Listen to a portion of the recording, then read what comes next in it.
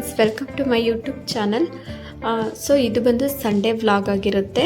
ಇವತ್ತು ಬೆಳಗ್ಗೆನೇ ನಮ್ಮ ಮನೇಲಿ ಟಿಫನ್ಗೆ ಅವಲಕ್ಕಿ ಮಾಡಿದ್ದೆ. ಹಾಗೆ ಮಧ್ಯಾಹ್ನಕ್ಕೆ ಅಕ್ಕಿ ರೊಟ್ಟಿ ಮತ್ತು ತೊಗರಿಕಾಳು ಕುರ್ಮಾ ಮಾಡ್ತಾಯಿದ್ದೀನಿ. ಹಸಿ ತೊಗರಿಕಾಳು ಗ್ರೇವಿ ಅಂತ ಕೂಡ ಹೇಳ್ಬೋದು.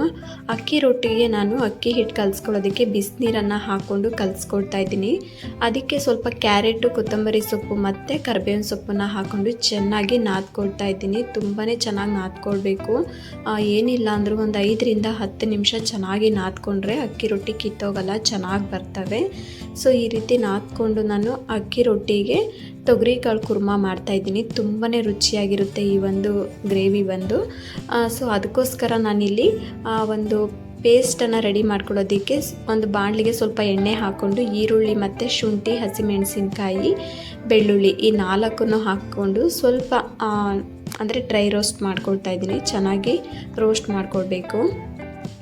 ಈ ರೀತಿ ಮಾಡೋದ್ರಿಂದ ಗ್ರೇವಿ ತುಂಬಾ ಟೇಸ್ಟಿಯಾಗಿ ಚೆನ್ನಾಗಿರುತ್ತೆ. ನಿಮಗೆ ಹಸಿಮೆಣಸಿನ್ಕಾಯಿ ಬೇಡ ಅಂದರೆ ನೀವು ಒಣಮೆಣ್ಸಿನ್ಕಾಯಿನ ಹಾಕ್ಕೋಬೋದು.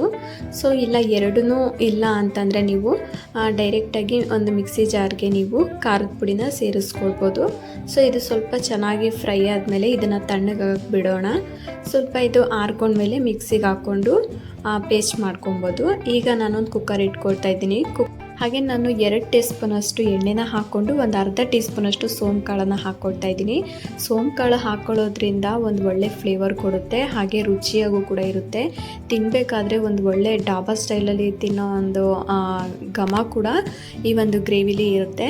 ಒಂದು ಸರಿ ಟ್ರೈ ಮಾಡಿ ನೋಡಿ. ಹಾಗೆ ಈ ಸೋಂಕಾಳು ಹಾಕ್ಕೊಳ್ಳೋದ್ರಿಂದ ನಾವು ಹಸಿಮೆಣಸಿನ್ಕಾಯಿ ಹಾಕ್ಕೊಂಡಿರ್ತೀವಿ, ಹಾಗೆ ಗರಂ ಮಸಾಲ ಎಲ್ಲ ಹಾಕಿರೋದ್ರಿಂದ ನಮ್ಮ ಡೈಜೆಷನ್ ಕೂಡ ಒಳ್ಳೆಯದು, ಹೆಲ್ತಿಯಾಗಿರೋದ್ರಿಂದ ಈ ಒಂದು ಸೋಂಕಾಳು ಪುಡಿನ ನಾವು ಅಡುಗೆಯಲ್ಲಿ ಉಪಯೋಗಿಸೋದ್ರಿಂದ ಬರೀ ನಾವು ಗ್ರೇವಿಗಳಿಗೆ ಎಲ್ಲ ಟಿಫನ್ಗಳಿಗೆಲ್ಲ ಹಾಕ್ಕೊಳ್ಳೋದ್ರಿಂದ ಒಂದು ಒಳ್ಳೆ ಟೇಸ್ಟ್ ಕೂಡ ಕೊಡುತ್ತೆ, ಹೆಲ್ತ್ಗೂ ಕೂಡ ಒಳ್ಳೆಯದು. ಹಾಗೆ ನಾನಿಲ್ಲಿ ಏನು ಡ್ರೈ ರೋಸ್ಟ್ ಮಾಡಿಟ್ಕೊಂಡಿದ್ನಲ್ವ ಈರುಳ್ಳಿ, ಬೆಳ್ಳುಳ್ಳಿ ಮತ್ತು ಹಸಿಮೆಣಸಿನ್ಕಾಯಿ, ಶುಂಠಿನ ಅದು ಇವಾಗ ತಣ್ಣಗಾಗಿತ್ತು. ಅದನ್ನು ಮಿಕ್ಸಿ ಜಾರ್ಗೆ ಹಾಕ್ಕೊಂಡು ಒಂದು 2 ರಿಂದ 3 ಟೇಬಲ್ ಸ್ಪೂನಷ್ಟು ತೆಂಗಿನಕಾಯಿ ತುರಿನ ಹಾಕ್ಕೊಂಡು ಒಂದು 2 ಟೀ ಸ್ಪೂನಷ್ಟು ಧನಿಯಾ ಪುಡಿ, ಹಾಗೆ ಒಂದು ಅರ್ಧ ಟೀ ಸ್ಪೂನಷ್ಟು ಗರಂ ಮಸಾಲ, ಹಾಗೆ ಒಂದು ಚಿಟಿಕೆಯಷ್ಟು ಅರಿಶಿನ ಹಾಕ್ಕೊಂಡು ನೀರನ್ನು ಎಷ್ಟು ಬೇಕೋ ಅಷ್ಟು ನೀರು ಸೇರಿಸ್ಕೊಂಡು ಒಂದು ಪೇಸ್ಟನ್ನು ರೆಡಿ ಮಾಡ್ಕೊಳ್ಬೇಕು. ಸೊ ನೋಡ್ತಾ ಇರ್ಬೋದು, ಇವಾಗ ನಾನು ಮಿಕ್ಸಿಲಿ ರೆಡಿ ಮಾಡ್ತಾಯಿದ್ದೀನಿ ಮಸಾಲನ.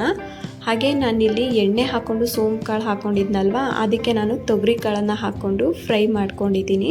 ಅದು 3 ಇಂಗ್ರೀಡಿಯೆಂಟ್ಸ್ನ ಹಾಕ್ಕೊಂಡಿರಬೇಕು. ನೆಕ್ಸ್ಟ್ ಇದಕ್ಕೆ ನಾವು ರುಬ್ಬಿಟ್ಕೊಂಡಿರೋ ಅಂಥ ಮಸಾಲಾನ ಸೇರಿಸ್ಕೊಳ್ಬೇಕು. ಸೊ ಇದನ್ನು ಮಸಾಲಾನ ಹಾಕ್ಕೊಂಡು ಚೆನ್ನಾಗಿ ಮಿಕ್ಸ್ ಮಾಡ್ಕೊಳ್ಬೇಕು. ಹಾಗೆ ನಾನು ಇದಕ್ಕೆ ಸಪ್ರೇಟಾಗಿ ಟೊಮೆಟೊ ಪ್ಯೂರಿ ಕೂಡ ಹಾಕ್ಕೊಳ್ತಾ ಇದ್ದೀನಿ. ಇವಾಗ ಅದೇ ಮಿಕ್ಸಿ ಜಾರ್ಗೆ ನಾನು ಒಂದು 2 ರಿಂದ 3 ಟೊಮೆಟೊ ತೊಗೊಂಡಿದ್ದೆ ಚಿಕ್ಕದಾಗಿರೋದು. ಹಾಗೆ ಅದಕ್ಕೆ ಒಂದು ಸ್ವಲ್ಪ ಕೊತ್ತಂಬರಿನ ಹಾಕ್ಕೊಂಡು ರುಬ್ಕೊಂಡು ಇದಕ್ಕೆ ಹಾಕ್ಕೊಳ್ತಾ ಇದ್ದೀನಿ. ನೋಡ್ತಾ ಇರ್ಬೋದು, ಟೊಮೆಟೊನ ನೀವು ಹಾಗೆ ಕೂಡ ಹಾಕ್ಕೊಳ್ಬೋದು, ಬಟ್ ಅಷ್ಟು ಚೆನ್ನಾಗಿರಲ್ಲ. ಹಾಗಾಗಿ ನಾನು ಪೇಸ್ಟನ್ನು ಮಾಡಿಕೊಂಡು ಹಾಕ್ಕೊಳ್ತಾ ಇದ್ದೀನಿ. ಈಗ ಸ್ವಲ್ಪ ಕನ್ಸಿಸ್ಟೆನ್ಸಿ ನೋಡಿಕೊಂಡು ನೀವು ನೀರನ್ನು ಸೇರಿಸ್ಕೊಳ್ಬೇಕಾಗುತ್ತೆ.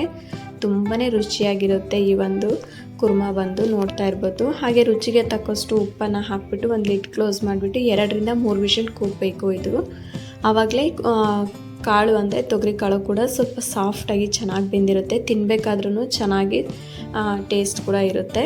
ಸೊ ಗ್ರೇವಿ ರೆಡಿ ಆಗೋ ಅಷ್ಟರಲ್ಲಿ ನಾನು ಮಧ್ಯಾಹ್ನಕ್ಕೆ ಸಾಂಬಾರು ರೆಡಿ ಮಾಡ್ಕೊಳ್ಳೋಣ ಅಂದ್ಬಿಟ್ಟು ಒಂದು ಕುಕ್ಕರ್ಗೆ ನಾನು ಬೇಳೆನ ತೊಳೆದ್ಬಿಟ್ಟು ಹಾಕ್ಕೊಂಡು ಅದಕ್ಕೆ ನಾನು ಮೂಲಂಗಿನ ತೊಳೆದು ಹಾಕ್ಕೊಳ್ತಾ ಇದ್ದೀನಿ. ಅಂದರೆ ಮೂಲಂಗಿ ಸಾಂಬಾರು ಮಾಡೋಣ ಅಂತ ರೆಡಿ ಮಾಡ್ತಾಯಿದ್ದೀನಿ. ಹಾಗೆ ಗ್ರೇವಿ ಕೂಡ 3 ವಿಸಿಲ್ ಆಗಿತ್ತು. ಇವಾಗ ಓಪನ್ ಮಾಡ್ತಾಯಿದ್ದೀನಿ. ನೋಡ್ತಾ ಇರ್ಬೋದು, ಎಣ್ಣೆ ಎಲ್ಲ ಬಿಟ್ಕೊಂಡು ಎಷ್ಟು ಚೆನ್ನಾಗಿ ರೆಡಿಯಾಗಿದೆ ಅಂತ. ತುಂಬಾ ಘಮ ಬರ್ತಾಯಿತ್ತು, ಹಾಗೆ ಟೇಸ್ಟ್ ಕೂಡ ಅಷ್ಟೇ ಚೆನ್ನಾಗಿತ್ತು. ಈಗ ನಾನು ಮಧ್ಯಾಹ್ನ ಸಾಂಬಾರಿಗೆ ಮೂಲಂಗಿ ಸಾಂಬಾರು ರೆಡಿ ಮಾಡ್ತಾಯಿದ್ದೀನಿ. ಅದಕ್ಕೆ ಬೇಳೆನ ತೊಳೆದಿಟ್ಕೊಂಡು ಈಗ ಅದಕ್ಕೆ ನೀರು ಸೇರಿಸ್ಕೊಳ್ತಾ ಇದ್ದೀನಿ. ಹಾಗೆ ಮೂಲಂಗಿ ಹಾಕ್ಕೊಂಡು ನಾನು ಸಪ್ರೇಟಾಗಿ ಬೇಳೆ ಮತ್ತು ಮೂಲಂಗಿನ ಬೇಯಿಸ್ಕೊಳ್ತೀನಿ ಸಪ್ರೇಟಾಗಿ. ಅದಾದಮೇಲೆ ನಾನು ಅಂದರೆ ಸಪ್ರೇಟಾಗಿ ಮಸಾಲೆ ರೆಡಿ ಮಾಡಿಕೊಂಡು ಅದಕ್ಕೆ ನಾನು ಒಗ್ಗರಣೆ ಕೊಡ್ತೀನಿ. ಈಗ ಮೂಲಂಗಿ ಹಾಕ್ಕೊಂಡು ಇದನ್ನು 1 ವಿಷಲ್ ಮಾತ್ರನೇ ಕೂಗಿಸ್ಕೊಳ್ತೀನಿ. 2 ರಿಂದ 3 ಕೂಗಿಸ್ಕೊಂಡ್ರೆ ಬೇಳೆ ತುಂಬಾ ಸಾಫ್ಟಾಗಿ ಬೆಂದ್ಬಿಡುತ್ತೆ. ಆಮೇಲೆ ಸಾಂಬಾರು ನೈಟ್ಗೆ ನಮಗೆ ಅಂದರೆ ತುಂಬಾ ಗಟ್ಟಿ ಆಗಿಬಿಡುತ್ತೆ. ಇವಾಗ ನೋಡ್ತಾ ಇರ್ಬೋದು, ನಾನು ಅಕ್ಕಿ ರೊಟ್ಟಿಗೆ ಹಿಟ್ಟು ಏನು ಕಲಸಿಟ್ಟಿದ್ದೆ ಅದನ್ನು ಈ ರೀತಿ ಲಟ್ಟಿಸ್ಕೊಳ್ತಾ ಇದ್ದೀನಿ ಕೈಯಿಂದ. ನಾನು ಎಣ್ಣೆನ ಸವರ್ಕೊಂಡು ಈ ರೀತಿ ಮಾಡ್ತಾಯಿದ್ದೀನಿ. ಆ್ಯಕ್ಚುಲಿ ಹೇಳಬೇಕಂದ್ರೆ ನನಗೆ ಅಕ್ಕಿ ರೊಟ್ಟಿ ಹಾಕೋಕ್ಕೆ ಬರೋದಿಲ್ಲ. ಸೊ ಈ ರೀತಿ ಎಣ್ಣೆ ಹಾಕ್ಕೊಂಡು ಮಾಡೋದಾದರೆ ನನಗೆ ತುಂಬಾ ಈಸಿ ಅನಿಸುತ್ತೆ. ಅದಕ್ಕೋಸ್ಕರ ಈ ಒಂದು ಅಕ್ಕಿ ರೊಟ್ಟಿನ ಬಿಸಿ ಬಿಸಿ ಇರುವಾಗಲೇ ತಿಂದರೆ ತುಂಬಾ ಸಾಫ್ಟಾಗಿ ತಿನ್ನಬೇಕಾದ್ರೂ ಅಷ್ಟೇ ರುಚಿಯಾಗಿ ಇರುತ್ತೆ. ಸೊ ನಾನು ಎಣ್ಣೆನ ಹಾಕ್ಕೊಂಡು ಮಾಡ್ತಾಯಿದ್ದೀನಿ. ಎಣ್ಣೆ ಹಾಕದೆ ಮಾಡೋಕ್ಕೋದ್ರೆ ನನಗಷ್ಟು ಬರಲ್ಲ, ಕಿತ್ತೋಗುತ್ತೆ ರೊಟ್ಟಿ. ಹಾಗಾಗಿ ನಾನು ಮಾಡಲ್ಲ. ಆ ನೀರನ್ನು ಸವರ್ಕೊಂಡು ಮಾಡ್ತಾರೆ, ಚೆನ್ನಾಗಿರುತ್ತೆ. ಬಟ್ ನನಗೆ ಈ ರೀತಿ ಮಾಡಿ ಅಭ್ಯಾಸ, ನಾನು ಇದೇ ಥರನೇ ಅಕ್ಕಿ ರೊಟ್ಟಿ ಮಾಡೋದು. ಸೊ ಇವಾಗ ನೀವು ನೋಡ್ತಾ ಇರ್ಬೋದು ಮೂಲಂಗಿ ಸಾಂಬಾರು ಕೂಡ ರೆಡಿ ಆಯಿತು ಮಧ್ಯಾಹ್ನಕ್ಕೆ. ಹಾಗೆ ಒಂದು ಸೈಡ್ ರೈಸ್ ಕೂಡ ಇಟ್ಟಿದ್ದೆ, ಅದು ಕೂಡ ಆಯಿತು.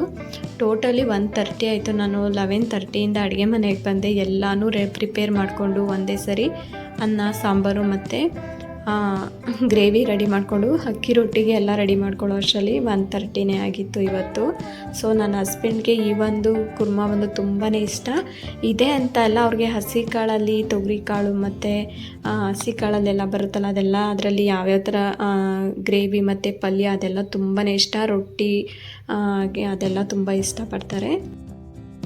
ನಮ್ಮ ಮನೇಲಿ ಜಾಸ್ತಿ ಹಸಿ ಕಾಳು, ಅಲಸಂದಿ ಕಾಳು, ತೊಗರಿ ಕಾಳು ಮತ್ತು ಅವರೆಕಾಳು ಮತ್ತು ಹುರುಳಿಕಾಳು ಇದರೆಲ್ಲ ಜಾಸ್ತಿ ಹಸಿದು ಯಾರೂ ತಿನ್ನಲ್ಲ. ನಾನು ನನ್ನ ಹಸ್ಬೆಂಡ್ ಅಷ್ಟೇ ಜಾಸ್ತಿ ತಿನ್ನೋದು. ಮತ್ತು ನಮ್ಮ ಅತ್ತೆನೂ ತಿಂತಾರೆ, ಸ್ವಲ್ಪನೇ ತಿಂತಾರೆ. ಇನ್ನು ನಮ್ಮ ಮಾವ ಏನಷ್ಟು ಅವರು ಮುಟ್ಟೋದೇ ಇಲ್ಲ ಹಸಿ ಕಾಳು, ಅವ್ರಿಗೆಲ್ಲ ಹೆಲ್ತ್ ಪ್ರಾಬ್ಲಮ್ ಇರೋದ್ರಿಂದ. ಸೊ ಹಾಗಾಗಿ ನಾವು ಸಪ್ರೇಟಾಗಿ ಯಾವಾಗ ತಿನ್ನಬೇಕು ಅನಿಸುತ್ತೆ ಆವಾಗ ಮಾತ್ರ ಮಾಡ್ಕೊಂಡು ತಿಂತೀವಿ. ಬೆಳಗ್ಗೆ ಟಿಫನ್ಗೆಲ್ಲ ನಾವು ಈ ರೀತಿ ಕಾಳುಗಳನ್ನ ಹಾಕಿ ನಾನು ಮಾಡೋಕ್ಕೆ ಹೋಗೋದೇ ಇಲ್ಲ. ಯಾಕಂದರೆ ಬಾಕ್ಸ್ಗೆಲ್ಲ ಅವರಿಬ್ಬರಿಗೆ ಮಾತ್ರ ಹಾಕಬೇಕಾಗುತ್ತೆ. ಹಾಗಾಗಿ ನಾನು ಬೆಳಗ್ಗೆ ಹೊತ್ತು ಟಿಫನ್ಗೆ ಅವ್ರಿಗೆ ಮಾಡೋಕ್ಕೆ ಹೋಗಲ್ಲ.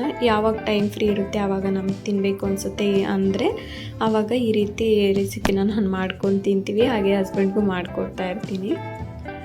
ಸೊ ಫ್ರೆಂಡ್ಸ್, ಈ ಒಂದು ವಿಡಿಯೋ ನಿಮ್ಮೆಲ್ಲರಿಗೂ ಇಷ್ಟ ಆಗಿದ್ರೆ ಸೊ ಪ್ಲೀಸ್ ಲೈಕ್ ಮಾಡಿ. ಹಾಗೆ ನನ್ನ ಚಾನಲ್ ಇನ್ನೂ ಹೊಸದಾಗಿ ನೋಡ್ತಾ ಇದ್ದರೆ ದಯವಿಟ್ಟು ಸಬ್ಸ್ಕ್ರೈಬ್ ಮಾಡ್ಕೊಂಡು ನೋಡಿ ಅಂತ ಹೇಳ್ತಾ, ಸೊ ಮುಂದಿನ ವ್ಲಾಗಲ್ಲಿ ಸಿಗೋಣ. ಎಲ್ಲರಿಗೂ ಟೇಕ್ ಕೇರ್, ಬಾಯ್.